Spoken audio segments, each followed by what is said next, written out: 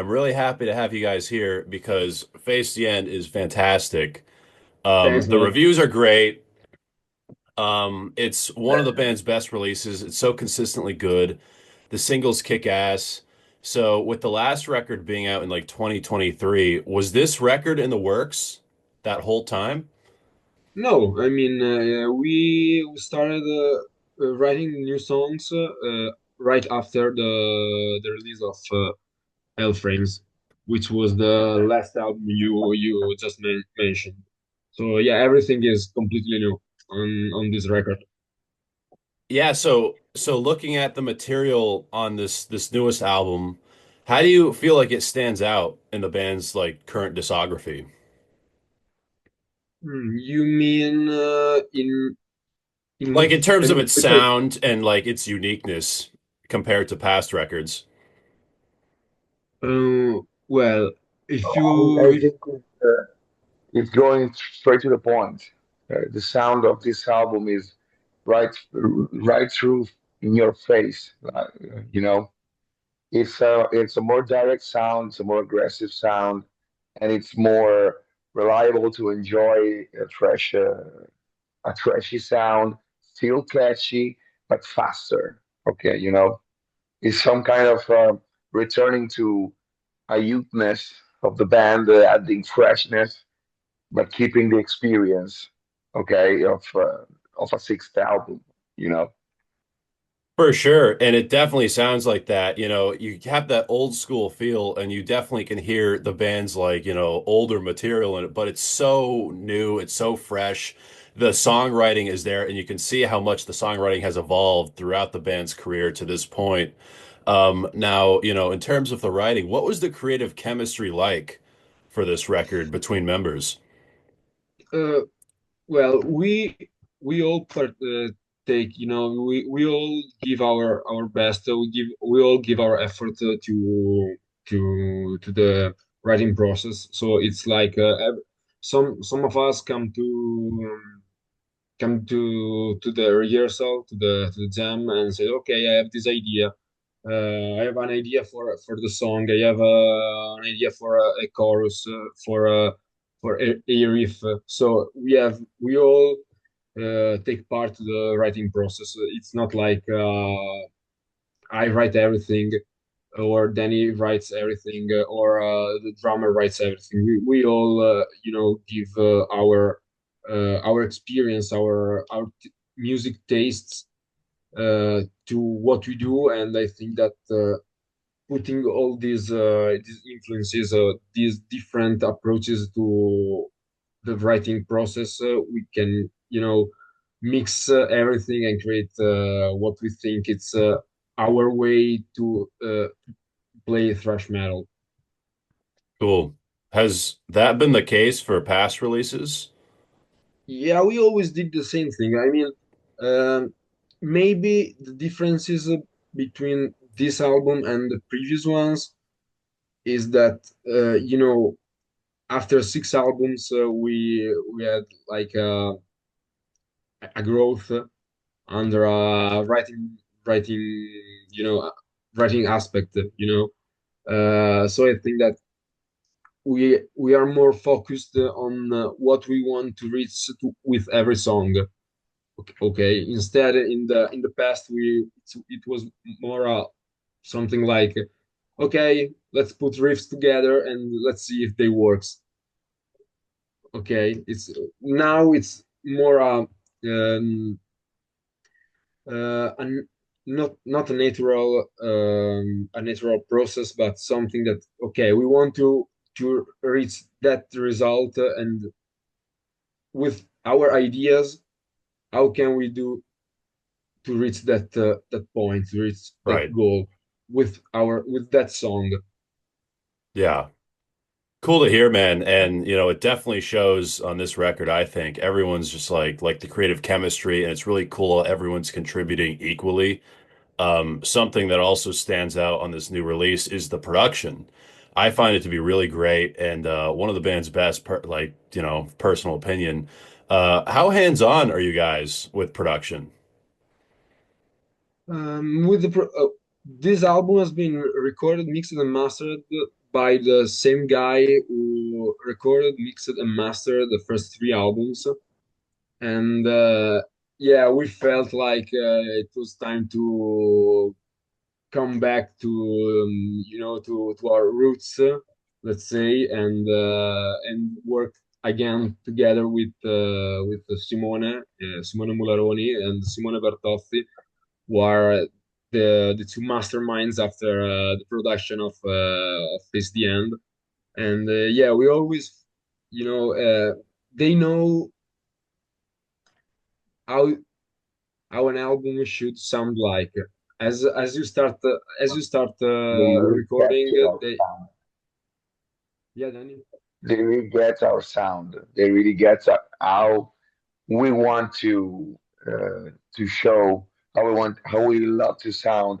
They just get it, you know. Just a little hint here and there, but they just have a great job, and they knew us. They My first work with these guys, and they were just awesome. They just understand me. They just helped me as much as I could to reach my maximum level, and they got it and recorded and mastered it, and yeah, can smash. They really got it. They're really pro. They're best out there here in Italy for us. They're just maybe because the band was not the first at their first record with them. They remember them, but I think they just grow with us. They even better than the first three album of the band. So they're just like a pro. Yeah, and I don't find that to be a bold statement at all, and I agree 100%, and that's really great to hear, man. Now, Danny, I do want to say your vocals are just fucking incredible on this record, and you're just such Thank you a very much. great inclusion here. So, how do you guys reflect on that process of recruiting a new singer, and how did Danny get the part? Well, Danny is Uh, a friend. He's a longtime friend because he sang and he still sings in many thrash metal bands here in Italy, like Sophisticator, Demolition Saint, and Mad Maze. And yeah, he's he's from our same town, and yeah, we know each other since 15 years, maybe more. maybe 15. So we just met many years ago. I was there, Gandalf, where Game Over just came together. And it's 15 years ago. I just asked for them if they needed a singer, and they just said, "No, we're okay." And they just did fine. Okay, they did so good for the last 15 years, 12 years or so, and I just know these guys so much that the fitting process was just smooth and natural. I just know what they want. We just have the same visual of the sound, the same connection, and it was pretty smooth. And hey, and then we need you to go with us for the new record. Okay, that's so cool. I've been waiting for 15 years. Let's do Well, listening to your vocals, it sounds like you've been in the band the whole time, how natural you sound on this record. And it must have felt natural singing with these guys for the first time, was it not? Yeah. It's what I don't know. Maybe it's just because we knew each other for so long that the process just came out naturally. I'm just a big fan of Game Over since day one. So I just I didn't have to work on how I'll work on delivering the song. I just knew it. I just knew it all for every step they made on the process during the years. I just knew it, and it's when we have the same goal, it's just more naturally to do everything. Now we're just on the same level, on the same page, and now we must do forward forever and ever. Okay, you know. Yeah. Really, really cool to hear, man. Now, I really do love the lyrics on this, especially like the singles are fantastic. What was that lyrical writing process like? Was it between one person? Was it a shared writing process? Yeah, it's mixed. Maybe sometimes someone came with an idea. Oh, I just think it's to be cool to in this song to talk about this particular argument, and then maybe together, maybe just personally, I develop the lyric, and then the process of making music is just to adjust the lyric upon it, and we must keep the theme on the 70s, 80s movie, horror movie. Italian is better for us, obviously.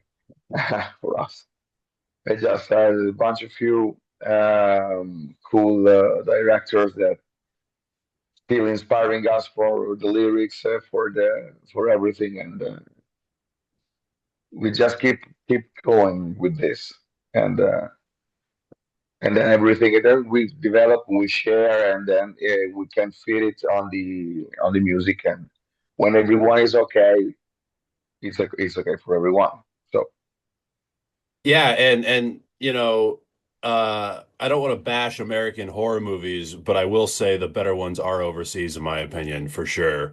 Um, Now, and of course there's some good ones here, I think, but of yeah. course, they just taste just like the real vintage cool stuff from Italy because we have no money for do movies. So all you see is magic. No money at all. They just came out with this great movie with, I don't know, $20. Okay, just do it. That's amazing. Well, it's you get true passion Just, in Yeah, movies true yeah, like passion. that. professional, just like us. We want to do the same energy, the same feelings on doing our music that with the same passion that directors would do in the past for us. Yeah, were there any specific horror movies that inspired the lyrics on like Lust for Blood or any No, other Lost for songs? Blood is just a mix of different kind of movies, you know, because it's a situation where classic disaster apocalyptic movie where a bunch of people had to adjust to a very violent environment and just keep like it more than the life it before, and becoming the true monster, um, because of consciousness. But La Maschera del Demonio from Mario Bava, it's a hint from the song Within Fate, and it's just about witchery and burning witch, and it's just an hint to according the. It's not from the real movie, but it's just a cool intro for introduction, the song itself. Hell yeah, for sure, Not man. really the lyric, but it just make the point. Yeah, well, the point's made, and it's just so cool to hear, and I'm really happy to hear this background because it really adds to the music. Now, this record got a vinyl release, which is really cool. Vinyl's kind of come back at this point. When you guys put together the track list, did you keep vinyl in mind at all? Of like, okay, this is going to start, B-side. What was that process like? We keep in mind the support where we are going to release every single album. In fact, if you check the track list, you see that Bait of Insanity is the sixth track in on the track list, which means that is the first one on the side B. We wanted, to keep straight in your face approach. You start with a fast song like Lust for Blood on the side A, and you start with a fast song on the side B, which is a Veil of Insanity. Then we try to start the album with energetic songs, strong songs, fast songs, heavy songs like Last for Blood, Neck Breaking Dance, Grip of Time, uh, and we try to keep a balance between fast songs and mid tempo songs to yeah, balance everything and having a sort of live shows approach to our record. Cool. It's kind of become a lost art form at this point. You know, a lot of bands will just make a track list and throw it on a record, but it's really cool that you guys are keeping that in mind. Because someone like myself who collects records, I really hope bands do stuff like that. You know, You so it's know, really cool to see. yeah, Maybe if it's you just because we collect ourselves some times. So we just we want that experience ourselves. So we want a story, a chapter. B front side is a chapter, and the B side is another chapter. So we want the emotion keep floating in the same way from the A side, from the B side. So it's just the way we like it. Cool. Yeah. And, you know, I'm really excited to get my hands on it. Something I was really happy to see for this record were the music videos. Just so fucking awesome of the singles. Really great production too. I'm always curious, you know, when it comes to bands and music videos, how much creative control do you guys have on like how they look and everything that goes into them? well, pretty much 100%. I mean, it's like when we write songs, we always try to collaborate with with the guys who take care of us during the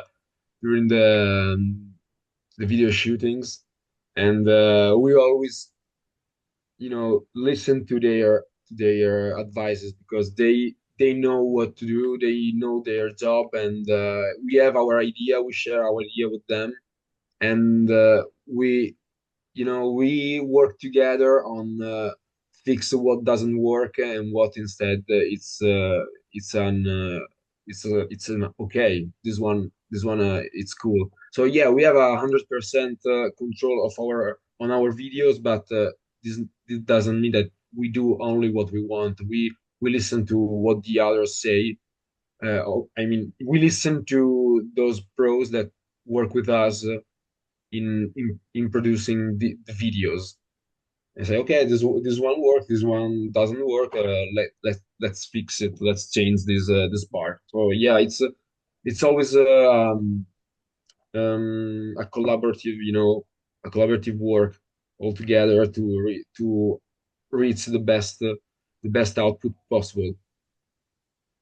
Yeah, so how's it been like working with Scarlet Records for this release? They seem to be very lenient and like helping you out and be very open to you guys. Yeah, Scarlet Records is in my opinion, it's a great label for us because they really help us a lot. They help us with the production, with the studio, with the videos, with the promotion. I mean, not only their promotion, but our promotion, because there's the label promotion, there's the band promotion, there's the management promotion. There's a lot of there's a different kind of promotions inside a project, and they keep giving us tips and tricks to yeah, to reach the best efforts from every output we produce. You know, so I Cool. think it's a really great label and partner for us. Yeah, how did you Yeah. guys get signed to them back in the day? Because you've worked with them for a while now, Yeah, right? it's like 10 years ago. Yeah. Our second album, Burst into the Quiet, it's been the first album we released with them, and we were recording this album in the studio, in Domination Studio, so the same studio we were talking about a few questions ago, And the guy was really into our stuff and said, you know what, guys, I'm sending this to Scarlet Records and say, and let's see what they say. And Filippo at Scarlet Records really enjoyed our new album, our Burst into the Quiet album, and yeah, they asked us to sign with them a contract, and we started our journey with them in this way. That's really awesome. And it's great you guys have this like such a strong relationship with them and they've like helped you guys out. And like only For Humanity is the only one Yeah, the it's the only band's one we didn't debut. release with them, but they had a reissue in 2015. Yeah, Yeah, so technically not, but when it comes to the record itself, the making, how DIY do it yourself was that record, you know, when it comes to the recording process of that album? you mean For Humanity? Yes. It was not a really do it yourself stuff because it was released by another label, which was a really underground label called My Graveyard Production. Yeah, I've And never heard of that. no, yeah, it was a really Just one underground. guy in Just North one Italy guy? Yeah, Is he doing still his doing best. it? I don't think so. Maybe. I don't know. mm, Just go off the radar. So I don't know. no, They at the time it was the metal record to the underground in North Italy. So everyone was hoping to join his uh, his, his group, but now I don't know. no, they're not releasing anything anymore. I think they stopped their activity back in 2013 or something like that, or Wow. 2014. Yeah, yeah, it was a really underground label for true metal bands. So what was the recording process like for that record then? Same way. I mean, we have yeah, our our recording process didn't change a lot in the years. I mean, yeah, we tried to become more professional, starting with pre-productions by ourselves, so we can hear what we are doing and change what we don't like. But at the time, during the For Humanity period, we just rehearse songs in our rehearsal room, and once we were okay with them, we just called the studio and you know went the Domination studio and start recording the new album, our first album. Yeah, yeah. Cool to Well, you hear. have to imagine. You have to imagine that this guy was a 14 years old guy who just lifted up his guitar loud as fuck. Yeah, we're doing some Thrash. I remember that I was there. You know, got crazy. Yeah, that's fucking cool, man. Put it on the record. And so till now. Here, what a beautiful man. Here we are. Here we have. Yeah. The label's headquarters was like in his mom's basement probably or something, you know. Not It's the best underground scenario, no? You know?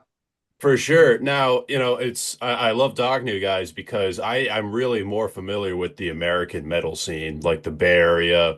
I'm from Boston, the New York metal scene. But what was that metal scene like starting out? And, you know, how has it evolved throughout time? Is it the same from when you guys have started out? What is like your local metal scene looking like? Hmm. Uh, Back in the day, when Ziro was a 14 years old man, it was there was something in the air. Metal was just spreading out. The new wave of thrash metal just kicking in, even in Italy. So we just a few bands like National Suicide that just came out with their demo that sound like recorded in Bay Area in '86. So the movement was great, and there was a bunch of kids like us that played thrash metal like us, and that was very refreshing. It's really good. Now the things are very changed, and the there's there's a hole, there's a generation hole between us and the viewer. Now there's a bunch of kids that we see under the stage or at concert when we go to see other band. We see a group of children, okay, you know, just another little Zironi under the stage. They're just with the same energy that we have, and that's refreshing for us because, okay, we're not the last one. Maybe we can do this again. We can do this more. But in the time, we have some fluctuating, floating situation. You know, there's in the last 5 years, maybe thrash metal doesn't go very well. It, much better for death metal or hardcore scene. Yeah. In But fact, now, yeah, yeah. In fact, I think that our genre here in Italy, because if you go to a festival in Germany, France, or Netherlands, UK, Sweden, thrash metal is still alive and kicking. And but here in Italy, bands like us are, you know, share the scene with other genres, as Danny said, especially with hardcore punk. And if you think, I think, I mean, this is something that comes also from the US, because Europe, for Europe, the US are the mecca for thrash metal. And if you think to bands like Power Trip, they share a lot of metal kids and hardcore kids, and this blend between these two scenes is, yeah, I think it's pretty much the same here in Italy, but maybe in the US you still have a thrash metal scene, an independent thrash metal scene, but here we have yeah, Yeah, like a lot of this crossover.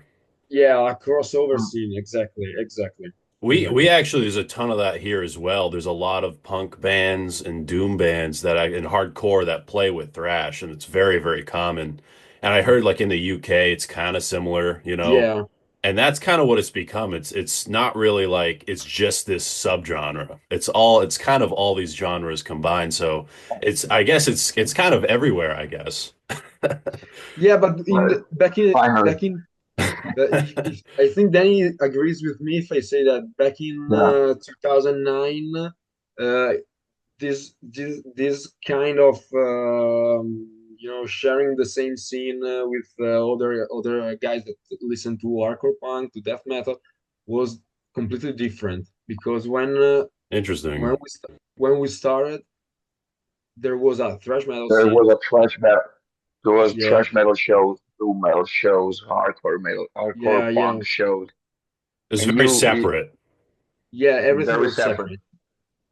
Interesting. And now it's become like we're in like the fourth wave of thrash now, which is Pretty crazy, you know? pretty much, yeah. And I feel like with this fourth wave there is a lot of crossover because it's Yeah. there's been so Yeah, much time, you know, for all these bands and like when they all these genres were starting out, I feel like everyone was kind of in their own camp where now it's Mm, like everyone's grown up as like friends and everyone's music taste is so similar now and everyone's taking from so many different areas.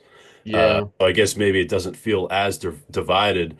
Now, I do want to talk about Hell Frames. I do like this record. I find it really interesting with comparing it to Face the End because I feel like Hell Frames feels like a very 90s record from you guys, and it feels more heavier, you know, and there's like more, you know, groove and riff compared to just like straight thrash. Not that that isn't on that record, So was this like a conscious decision going into Hell Frames or just like a natural evolution? Because it does seem like a heavier record from the band.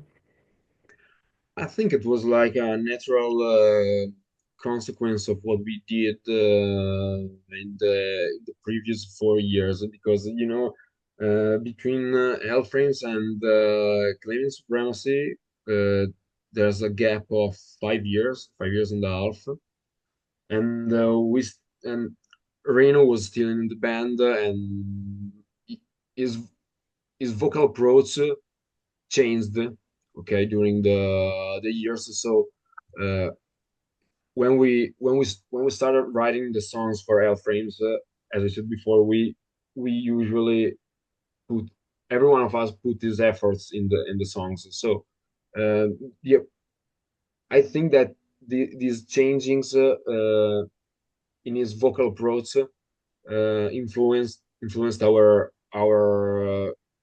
songwriting for L frames. So I think we didn't decide to make a record, a more 90s oriented record. It was just something natural, because yeah, everything was set to record something like that, you know. Cool. Yeah, and I really enjoy that record, but this album almost seems like a classic comeback album when a band gets more heavier and then they just go back to like the roots of thrash. But it's great that it's not a bad album, and it's a nice change of pace for the band. But this record I love and I keep going back to the tracks and the singles and I've listened to it a few times and I can't wait to keep listening to it. I'm really happy for you guys and for this release. Thanks, man. Um, you know, Before we go, Congrats. I'm just curious, now that you have so many songs under the band's belt, have you guys talked about, potentially putting out a live album in the future? Hmm, could be an idea, you know. Mm. Thanks for your Never thought idea. about I better be credited in it. the on the Yeah, record. yeah. Yeah, yeah. For sure. Oh, I'm going to text Scarlet Records. Yeah. Awesome. Well, It's well, I can't wait to hear it because, with the Danny being included and just so great on the vocals and this brand new material. Would love to hear a live album from you guys. I think it's about time at this point, Yeah, could be a good idea, because when we play, obviously we try to put songs from every album, at least one song. Now we're promoting Face the End, so we play songs mainly from the new album. But yeah, when we play shows, we keep older songs, obviously, so like maybe mainly the singles. But then it fits very well with the old ones too. So yeah, maybe we can think about a live album. Let's talk with Filippo and see what he says. Well, awesome. I'm honored to inspire you guys, and I'm also honored to have you guys on the platform. Thank you so much. And before we end things off, what is the best way for people to stay in touch and stay updated with everything Game Over? The classic social networks Yeah. right now.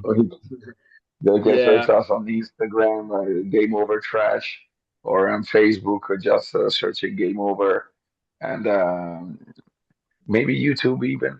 As every social media, we're on it, and we so it's tracking, yeah. We also have Bandcamp. If I know that in the US, it's a cool channel, right? Bandcamp. Yeah, we have E- Bandcamp, and yeah, we have also X, X Twitter. it's on everything. Yeah, we pretty much have everything. Yeah. Yeah, yeah. Awesome, awesome. Well, Instagram is my go-to. So, check all of the links in the bio. And this will be out today. So, if there's anything I missed in terms of the future of the band and promotion and gigs coming up, if you want to just take the floor and talk about them. Yeah, we're working on the promotion, and we'll be playing many shows in Europe. We're working for something in the American continent, in the North America. yeah, in the North America. Let's see if everything goes as planned. And yeah, we're working on playing as much as we can because that's the best way for us to promote our stuff. Awesome. Well, thank you guys again for being on. Really appreciate it. This new Thank you record for having us. rips.